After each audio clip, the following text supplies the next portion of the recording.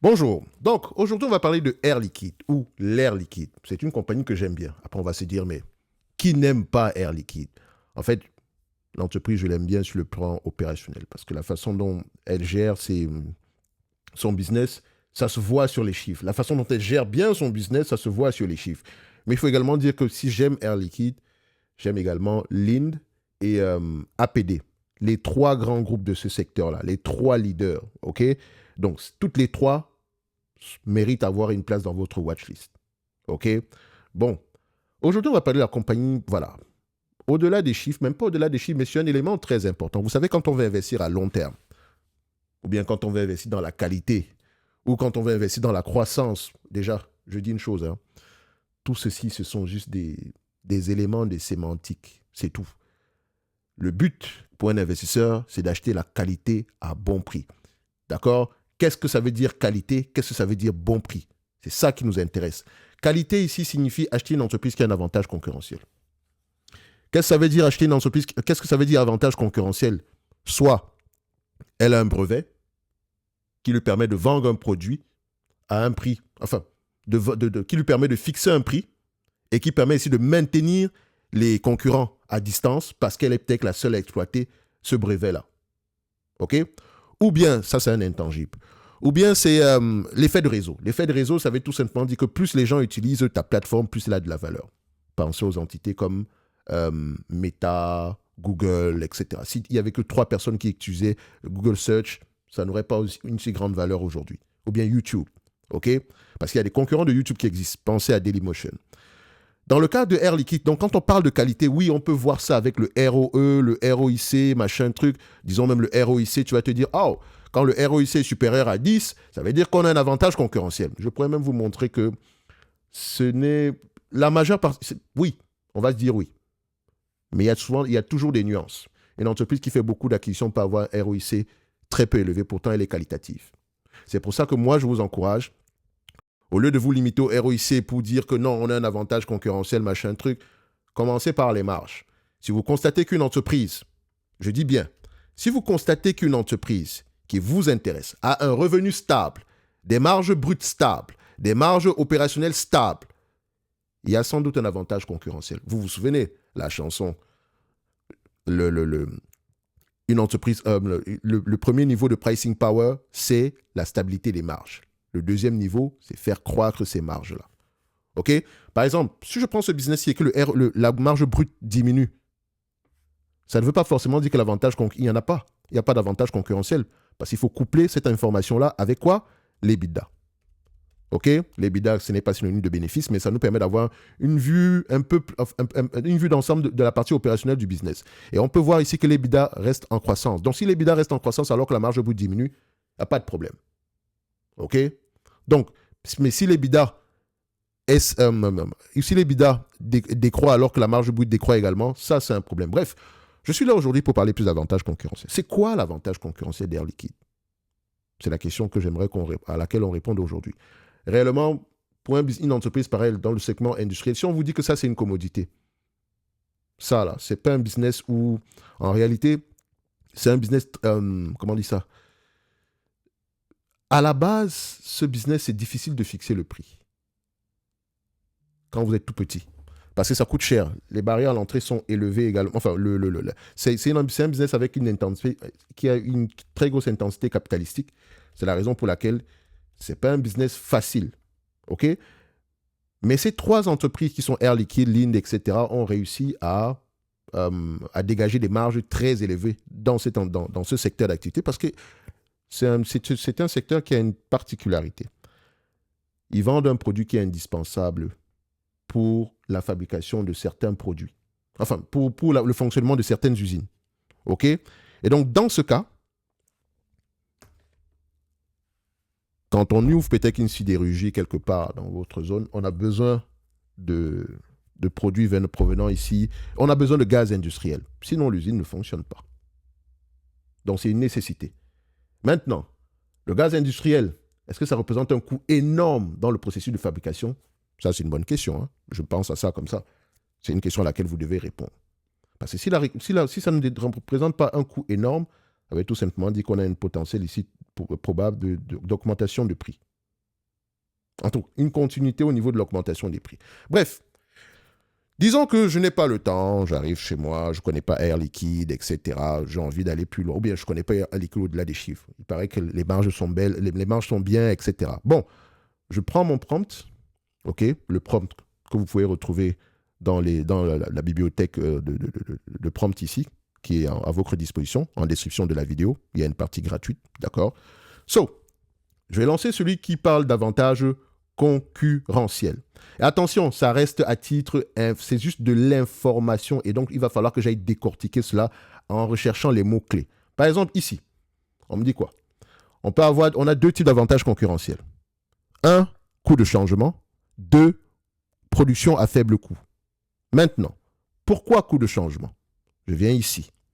C'est le fondement de l'avantage concurrentiel d'Air Liquide dans son segment grande industrie. L'entreprise construit des unités de production, donc les fameux ASU, donc Air Separation Unit, directement sur le site du client. Aciérie, raffinerie, tout ce que vous voulez. Ces installations sont régies par des contrats de très longue durée, souvent plus d'une décennie, avec des clauses take or pay. Cela signifie que le client doit payer un montant fixe garantissant la rentabilité de l'usine, qu'il consomme le gaz ou non. Pour changer de fournisseur, un client devrait non seulement payer des pénalités de rupture colossales, mais aussi stopper sa production critique pour permettre l'installation d'une nouvelle infrastructure concurrente, créant une friction quasi insurmontable. Donc, ça veut dire quoi? J'ai mon usine. Air Liquide, vu que j'ai besoin de gaz industriel pour que cette usine-là fonctionne, Air Liquide vient construire son unité, son ASU sur mon site. OK? Et en considérant son ASU, je signe un contrat très longue durée avec Air Liquide. Techniquement, l'usine est là pour des décennies, donc je ne vais pas signer des contrats de 3 jours avec des spécificités sur ce contrat-là où, qu'importe, je dois payer un certain nombre de volumes, même si je n'ai pas consommé. D'accord? Ce qui signifie que tant que l'unité de production, tant que mon usine existe, et que le ASU de Air Liquide est sur le site, Air Liquide fait de l'argent. Maintenant, imaginons un jour, je constate que oui, Air Liquide est cher. C'est trop cher. Je vais aller chez le concurrent. Eh bien, ce n'est pas aussi facile. On va regarder le contrat que j'ai. Imaginez qu'on avait un contrat de 20 ans, j'ai uniquement consommé 5 ans, il reste 15 ans, je paye les pénalités. Je ne sais pas comment c'est calculé, mais il faut payer la pénalité pour rompre le contrat. Premier élément. 2, il va falloir que, disons que je signe un contrat, je demande à Lynn de venir voir à peu près s'il peut venir poser, je vais peut-être prospecter au niveau de Lynn ou bien APD. Je découvre qu'ils ont peut-être des meilleurs prix, etc. Et encore une fois, je conseille, il n'y a pas une concurrence par les prix ici. Faites attention. C'est pour ça que c'est un secteur d'activité très discipliné. Donc, je vais chez Lynn, je regarde les contrats, ça me plaît. Mais Lynn me dit, bon, tu sais, pour qu'on puisse signer, pour que toi et moi, on puisse faire affaire, il faut que je vienne construire mon ASU sur ton terrain. Bah, je regarde, je dis qu'OK, bah, il va falloir que je dégage l'ASU de Air Liquide. Mais entre-temps, l'usine ne pourra pas fonctionner. Et donc, j'aurai un certain manque à gagner. Peut-être que je vais réfléchir à 2 fois. Est-ce que ça vaut la peine de partir pour économiser quelques centaines de milliers d'euros? Bon, restons avec Air Liquide. C'est ça qui est compliqué. Et donc ça, on aime ça. Maintenant, vous comprenez pourquoi c'est qualitatif. Où est l'avantage concurrentiel? Ça, ce n'est que le premier.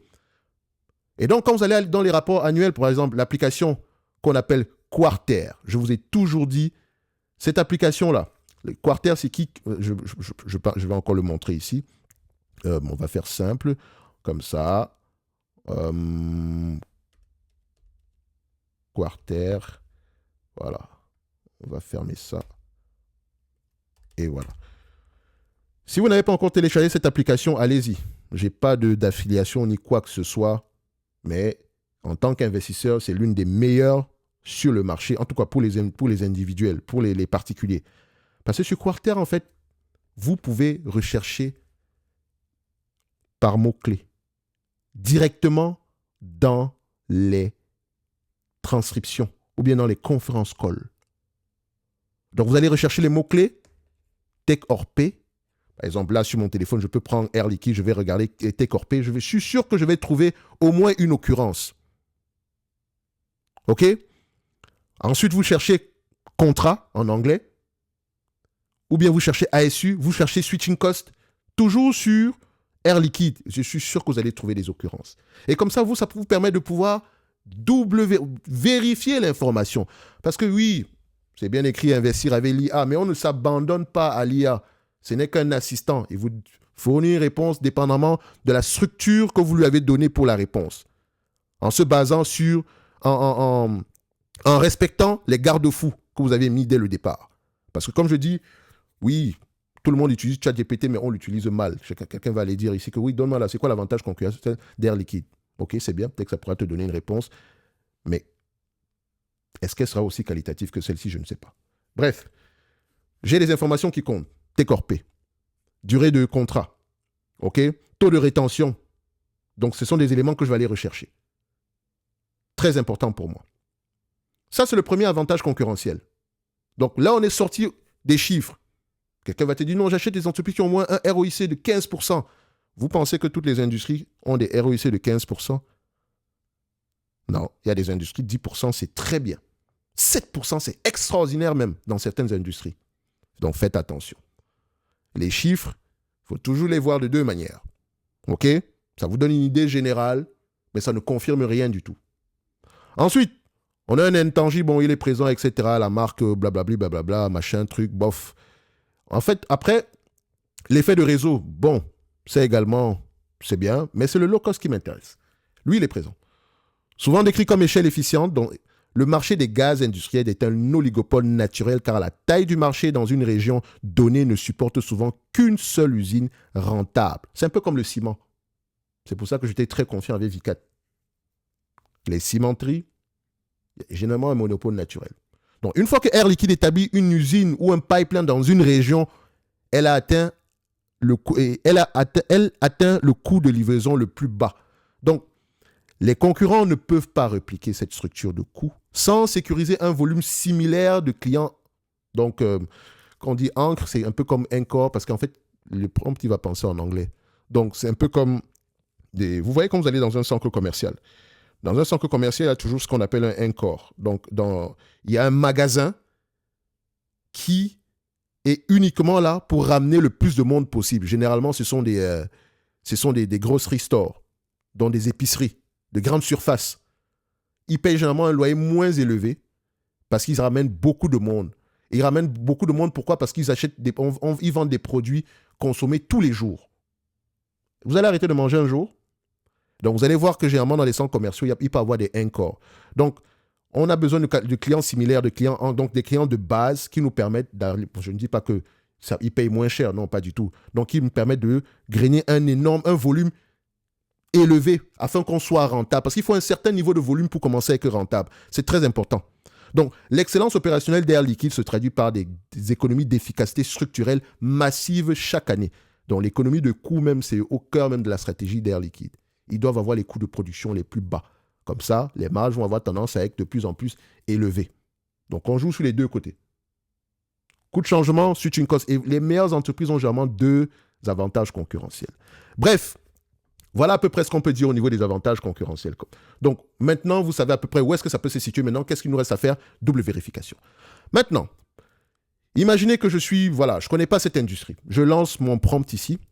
Il va me parler de cette industrie. Depuis le début, je lui ai demandé de me parler d'Air Liquide. Blablabla. Il est mieux, il est meilleur, il fonctionne mieux en deep research. Mais il me donne une idée générale ici de ce que l'on. En plus, j'ai cherché en mode rapide.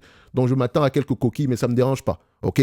Donc, l'essentiel ici, c'est me donner l'information qui compte. Regardez par exemple ici l'invention du modèle over the fence. Donc, c'est ici que se forme l'avantage compétitif historique d'Air Liquide. L'entreprise installe son usine sur un terrain adjacent et à celui de son client. Donc, le client garantit un volume d'achat minimal. Okay. Air Liquide finance et construit et exploite l'usine. Donc, l'usine, le fameux ASU, pas l'usine en entier. Donc, Air Liquide utilise l'excédent de production de cette usine pour livrer les clients plus petits, dont les PME, les hôpitaux, dans un rayon de 200 km par camion-citerne. Donc, gaz, pour le gaz liquide, optimisant ainsi ses marges. OK? Ensuite, durant cette phase, l'expansion géographique, on parle ici d'internalisation et barrières à l'entrée. Donc, je pense qu'on a parlé de ça ici tout à l'heure. Qu'est-ce qu'il y a d'autre? Là, c'est la régulation. Chaque secteur d'activité est régulé. Est-ce que vous savez que la régulation est un avantage concurrentiel? Il y a des industries qui sont devenues ce qu'elles sont aujourd'hui grâce à la régulation. Oui. Regardez le secteur des chemins de fer aux États-Unis. C'est un secteur qui a pu énormément prospérer grâce à la régulation. Quand je dis grâce à la régulation, c'est parce qu'à une époque, ils étaient obligés de transporter tout le monde, de servir toutes les lignes, même les moins rentables. La loi obligeait les compagnies à le faire. Et quand on a abrogé cette loi-là, les entreprises ont eu la possibilité d'arrêter de desservir des zones pas rentables du tout et de fermer, par exemple, des lignes de transport sur lesquelles elles ne gagnaient pas d'argent, alors qu'elles ne pouvaient pas le faire avant. Et donc, parfois, la régulation est un élément, est un catalyseur positif. Quand vous arrivez dans un secteur d'activité, la régulation est très importante. Par exemple, quand on vous dit qu'en Europe, on veut uniquement des voitures électriques à partir de 2035, tout le monde commence à faire des voitures électriques aujourd'hui.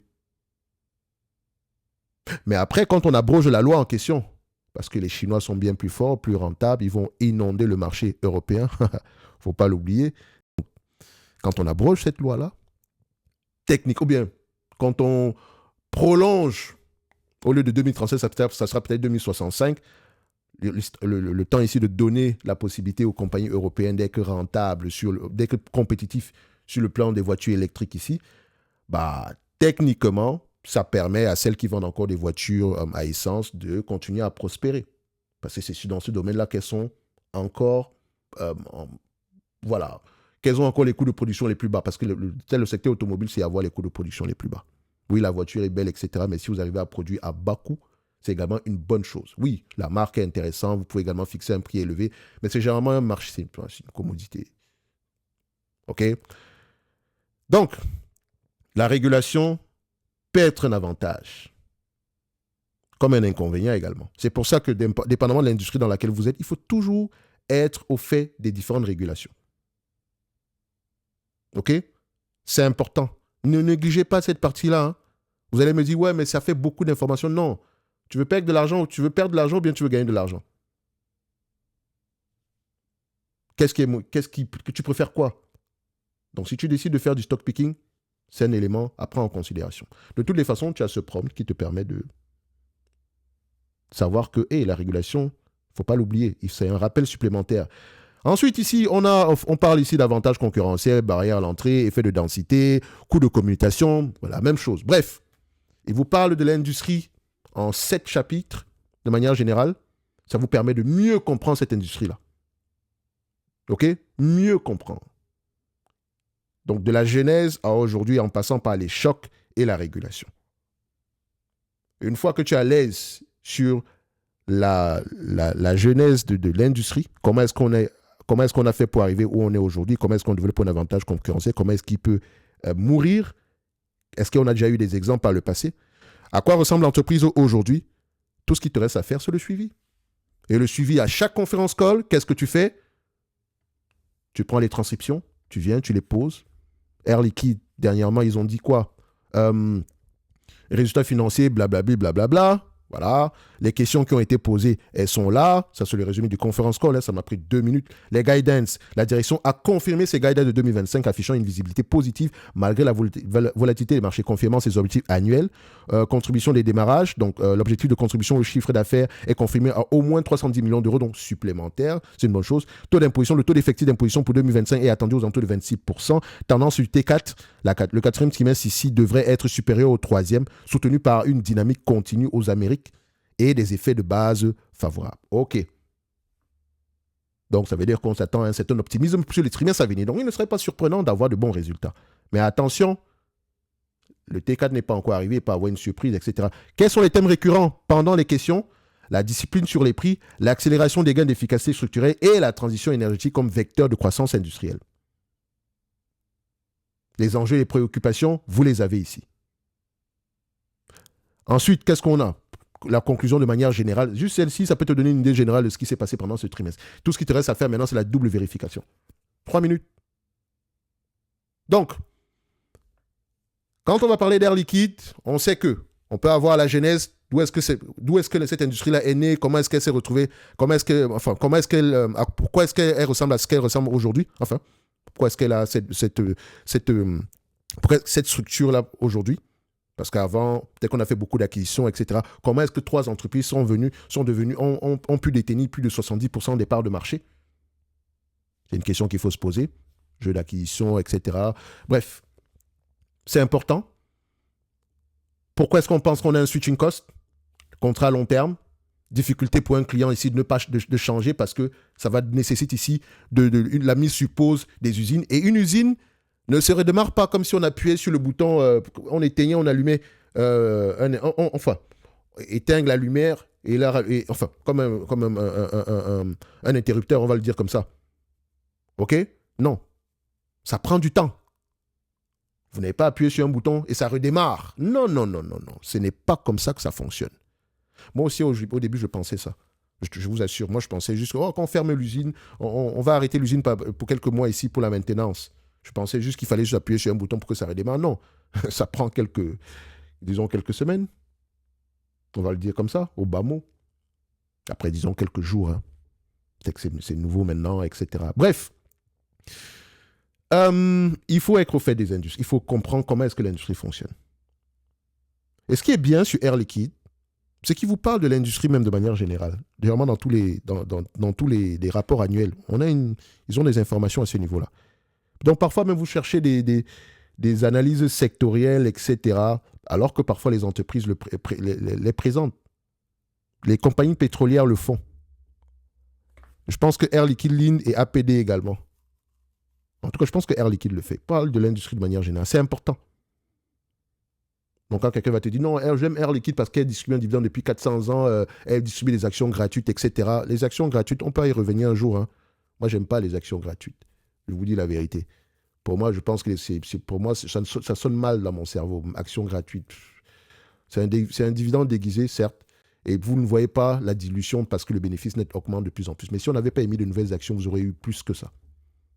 Oui, vous pouvez débattre comme vous voulez, mais c'est ça. C'est ça la réalité. OK?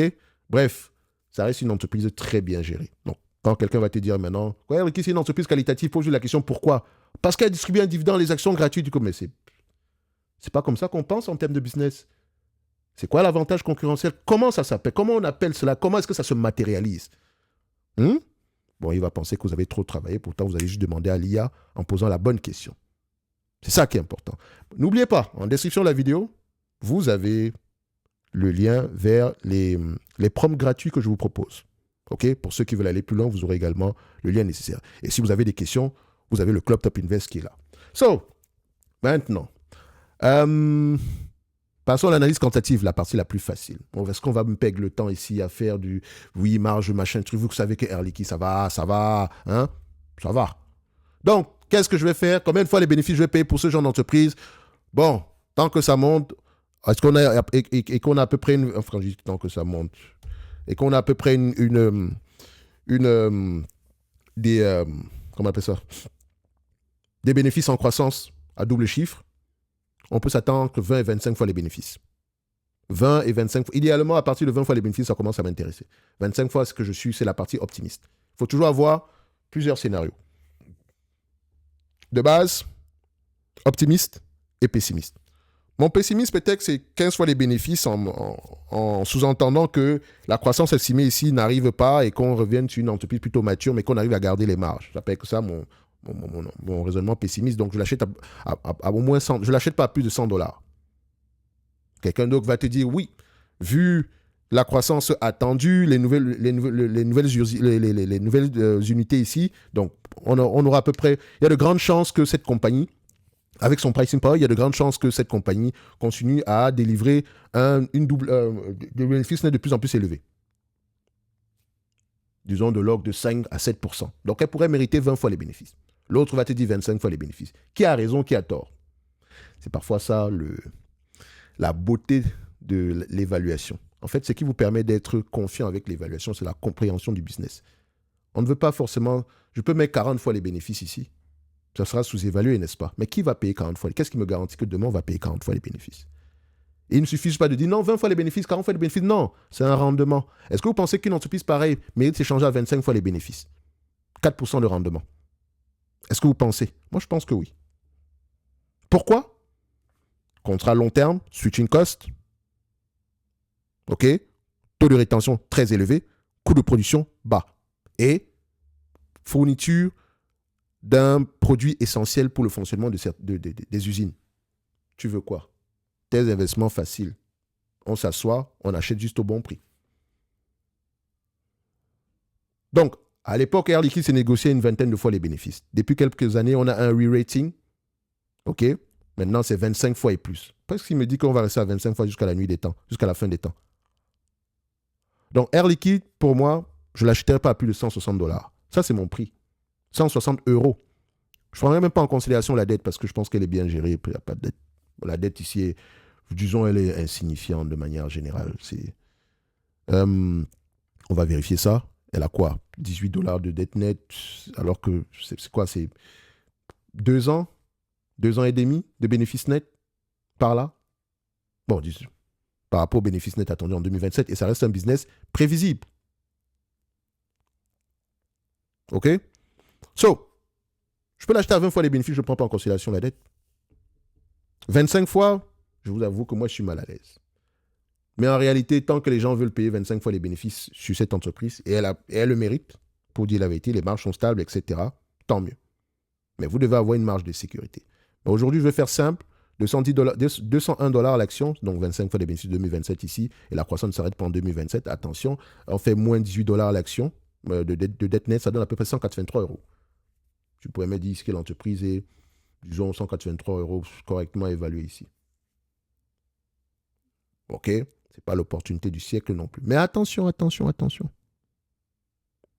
Celui qui veut acheter cette compagnie doit regarder la croissance. Il doit regarder au-delà de 2027. Pourquoi est-ce que les prix pourraient continuer à augmenter? Et je vous ai posé une question au début. La dépense représente quel pourcentage? Le gaz industriel représente quel pourcentage en termes de dépenses pour les clients, de manière générale? Est-ce que c'est une grosse dépense ou une petite dépense? Si c'est une grosse dépense, l'augmentation des prix sera compliquée. Si c'est une petite dépense, c'est possible de continuer à augmenter les prix. Même si, et en plus, le produit est indispensable de manière générale pour le bon fonctionnement. So, ici, il faut plutôt regarder le futur. Donc, je ne vais pas venir m'asseoir ici et dire non, c'est surévalué. Non, le prix actuel est bien. C'est correct. Je ne pense pas qu'à partir de ce niveau-ci, on ne perd pas beaucoup d'argent. Il y a de grandes chances qu'on récupère sa somme de départ. On va le dire comme ça. C'est mieux, n'est-ce pas? Donc, je vais aller dans ma watchlist. Simple. Air Liquide. On est dans le segment industriel. Voilà, on va faire ça. Collapse All. On va mettre industriel. On cherche Air Liquide. Tech. Air Liquide. Voilà. Air Liquide. Où est-ce qu'on a ça? Ah non, c'est l'air liquide. Je ne sais pas pourquoi est-ce que c'est comme ça. L'air liquide. Attendez. Pourquoi est-ce que cette compagnie... Ah non, c'est Material chez Chemical. Ah, parfois je me perds avec ces affaires-là. C'est chimie. Parce qu'en fait, voilà, c'est de la chimie. C'est de la chimie. C'est vrai. Donc c'est Materials. C'est la chimie spécialisée. Est-ce qu'on peut même dire ça ou bien c'est de la... Non, gaz industriel a un compartiment bien particulier. Ouais, ça c'est vrai. Ils ont un compartiment bien particulier. Air liquide. Air liquide n'est pas de ma base de données. Non, c'est l'air liquide. Ah, voilà. Donc la dernière fois, on était à 185. Aujourd'hui, c'est combien? 183, c'est la même chose. On va laisser ça ici. On va juste mettre qu'aujourd'hui, on a fait la mise à jour. Voilà. Aussi simple que ça. Bon, maintenant, vous voulez qu'on parle du dividende? Est-ce que j'ai besoin de vous dire ici qu'il est safe? On paye le dividende avec quoi? On paye le dividende avec les free cash flow. Il y a les grandes chances qui continuent à augmenter. Mais s'il vous plaît, arrêtez de faire du genre, oui, il a augmenté de 50% en moyenne sur les 10 dernières années. Donc, si on projette 50% sur les 20 prochaines années, vu que je vais aller à la retraite, voilà ce que j'aurai. Non. Tu dois faire une projection sur les bénéfices nets. Et après ça, tu coupes un payout ratio. Et pour faire une projection sur les bénéfices nets, il faut comprendre comment est-ce que l'entreprise opère. Qu'est-ce qui te fait penser qu'elle va continuer à prendre des parts de marché? Ou bien qu'elle va continuer à croître, qu'elle va continuer à faire croître ses bénéfices nets dans le futur? C'est ça qu'on doit regarder. Donc, arrêtez de faire du stock picking comme des amateurs. Commencez à vous intéresser au business. C'est l'entreprise qui nous intéresse, c'est le business. OK? En comprenant le secteur, en ayant une idée générale de comment est-ce que le secteur fonctionne, comment est-ce qu'il peut mourir, quels sont les dangers en date d'aujourd'hui, quelles sont les tendances sur les années à venir. Et en parlant de tendances, j'ai un prompt pour ça, pour identifier les tendances implicites dans un secteur d'activité en date d'aujourd'hui. Ça pourrait être intéressant pour vous. So, une fois que vous comprenez tous ces différents éléments, tout ce qu'il vous reste à faire, c'est le travail de veille, le suivi trimestriel, pour voir si la thèse d'investissement de départ est toujours d'actualité.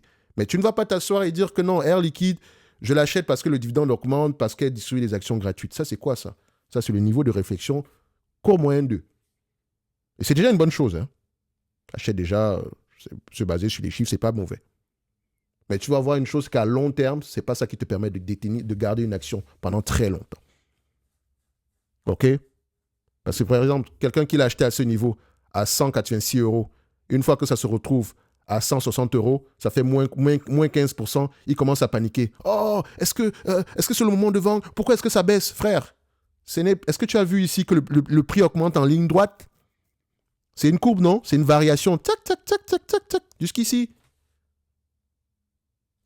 Donc, ça, soit c'est une opportunité, ou bien ça peut juste être le début de la fin. Mais est-ce que vous pensez que c'est le début de la fin? Non. Pourquoi? On l'a lu tantôt tout à l'heure. Sauf si c'est faux. Hein. Mais connaissant cette entreprise et le secteur, je sais que c'est le type d'avantage concurrentiel qu'on développe littéralement. Donc moi, je construis mon ASU sur ton terrain.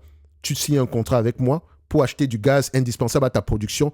Ce contrat à long terme sur lequel tu dois payer, tu paies un minimum de volume par an que tu consommes ou pas du tout. C'est pas un switching cost ça? Et ce n'est pas un avantage concurrentiel? Donc, c'est ça qu'il faut regarder, les amis. C'est ça qui est intéressant. Donc maintenant, on parle beaucoup d'hydrogène, etc. Bon, ça, on va voir. Je pense qu'il y a une compagnie parmi les trois qui a littéralement investi massivement dans l'hydrogène. Non, je pense que c'est APD. APD, je pense que c'est la seule qui n'a pas de free cash flow. On va regarder. Volontairement, hein? Ouais, c'est ça. Parce qu'ils ont investi massivement ces dernières années. Et vous voyez, boum, on s'attend à ce que ça augmente dans les années à venir. Mais bon, vous pouvez voir ici que APD, historiquement, elle a moins bien n'a jamais de free cash flow élevé. Pourquoi? C'est une question que vous devez vous poser. Qu'est-ce qu'elle fait de moins bien que les autres? Pourquoi est-ce qu'elle investit depuis autant d'années? Pourtant, en termes de cash flow, c'est bien, hein, c'est plutôt stable, etc. Peut-être que sur le plan opérationnel, ils peuvent avoir des problèmes. Ils ont peut-être des coûts plus élevés, je n'en sais rien. Mais ça devrait vous mettre la puce à l'oreille. Et s'échange à peu près une quinzaine de fois les bénéfices. Quand tu vas voir du Air Liquide ici, Air Liquide, est-ce qu'on s'échange à une quinzaine de fois les bénéfices, les cash flows opérationnels également. Quoi qu'on pourrait également l'évaluer en prenant en considération les cash flows opérationnels. Parce que payer 15 fois les cash flows opérationnels, ce business, c'est pas mauvais. C'est un bon deal. Si on prend 15 fois les cash flows opérationnels attendus en 2027, moins la dette nette, ça donne à peu près un truc comme 180 €. Donc, on reste encore dans la même tendance. Et encore une fois, moi, je fais une évaluation par les multiples. Je ne fais pas de DCF. Je peux faire même encore le reverse DCF de préférence. Je peux me questionner sur la croissance et voir quelle est la croissance implicite dans le prix en date d'aujourd'hui. Que de faire un DCF où tu vas aller faire les bêtas, bref, c'est trop compliqué pour rien du tout. D'accord? Ne compliquez pas les choses au niveau de l'évaluation. Évaluer une entreprise, c'est pas difficile. C'est la partie la moins complexe. La partie la plus difficile, ou bien disons la plus complexe, c'est la compréhension du business en lui-même. Je me souviens toujours d'une erreur que j'ai faite sur Rolls-Royce. Et là, ça n'a plus rien à voir avec la vidéo qu'on fait ici aujourd'hui, mais vous me connaissez. Pour moi, je mets toujours en lien plusieurs éléments ici. Chacune de mes vidéos, c'est une vidéo où je partage mon expérience. On n'est pas juste là pour parler de prix ou je ne sais pas quoi. Bref, sur Rolls-Royce, quelqu'un m'en a parlé ici. Véridique. Je pense même que j'ai dû faire une vidéo dessus. Je me rappelle. Il m'a parlé de Rolls-Royce à ce prix. Moi, j'ai regardé le prix, j'ai regardé comment les bénéfices nets étaient en train de baisser, etc. J'ai checké les cash flows opérationnels. J'ai dit, oh, c'est pas un bon business. Laisse ça, va regarder ailleurs. Qu'est-ce que je n'ai pas vu dans ce business? Ils ont un segment indispensable. Vous pensez qu'il y a combien de motoristes d'avions au monde? Il n'y en a que 2. Enfin,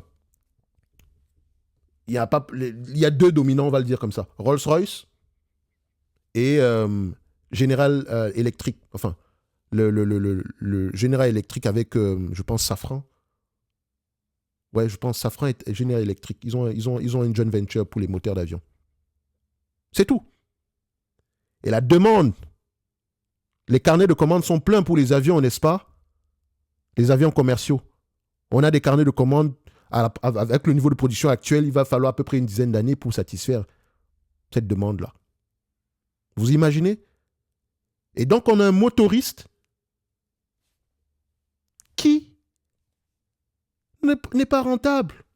La question, c'est pourquoi? Est-ce que ça va rester dans ce sens? Est-ce que ça va rester comme ça pendant longtemps? Prenons juste... En fait, la meilleure façon d'évaluer ce business, c'était de prendre le price to sales. Parce que c'est un business qui avait de la valeur. Littéralement. Et on avait des comparaisons ici visibles. Aujourd'hui, c'est l'un de mes plus grands regrets parce que je n'ai pas regardé sous le capot. Je n'ai pas regardé sous le capot. Imaginons, prenons ça. Prenons le prompt. Je viens ici. Admettons que je ne connais pas l'entreprise, blablabla, blablabla. Je mets Rolls-Royce. Bon, je vais prendre un mot de rapide ici parce que je n'ai pas envie de passer. Voilà. Rolls-Royce, je lui demande d'aller regarder, c'est ce qu'on a un avantage concurrentiel. Tac, tac, il réfléchit, et voilà. Voilà. Donc, il mentionne quoi?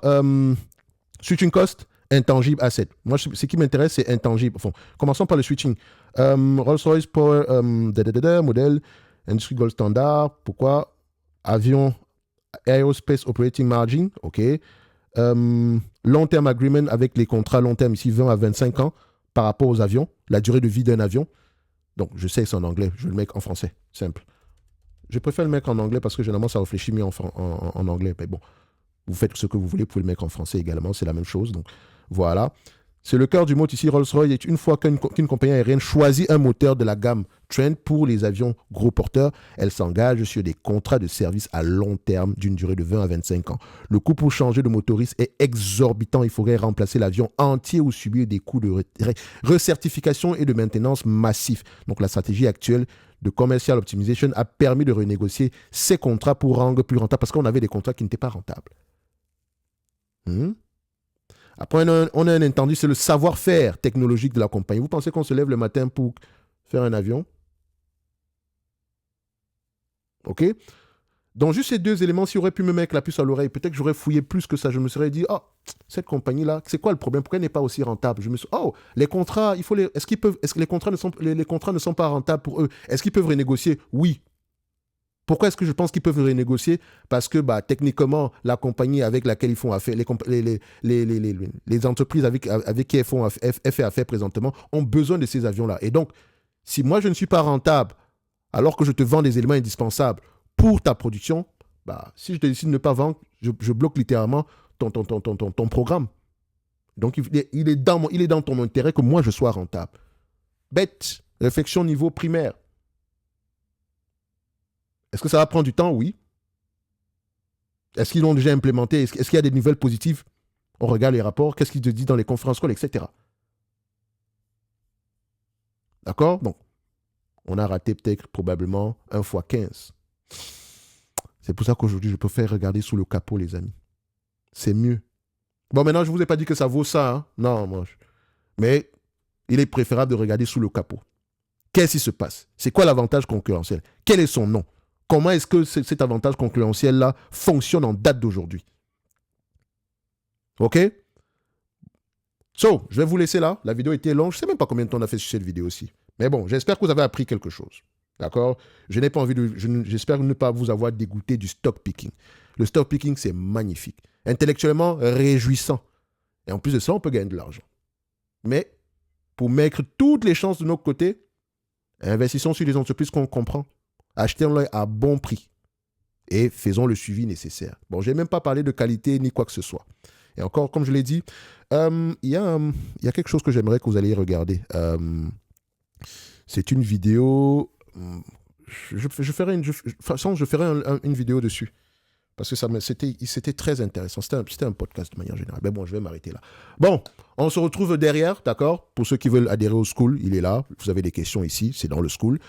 Thierry analyse telle ou telle entreprise, machin, qu'est-ce que tu penses ici? C'est dans le school, je suis d'accord. Vous avez également la possibilité de récupérer les prompts gratuits que je vous propose ici. Et pour ceux qui veulent aller plus loin, vous avez également les prompts premium sur la page des prompts gratuits ici. Parce que je me suis dit, ceux qui les veulent gratuitement, ceux qui veulent des prompts vont d'abord regarder le gratuit avant de se dire, oh, peut-être que ça pourrait m'intéresser. Comme je l'ai dit ici, ce n'est qu'une partie des prompts que je monte à chaque vidéo ici.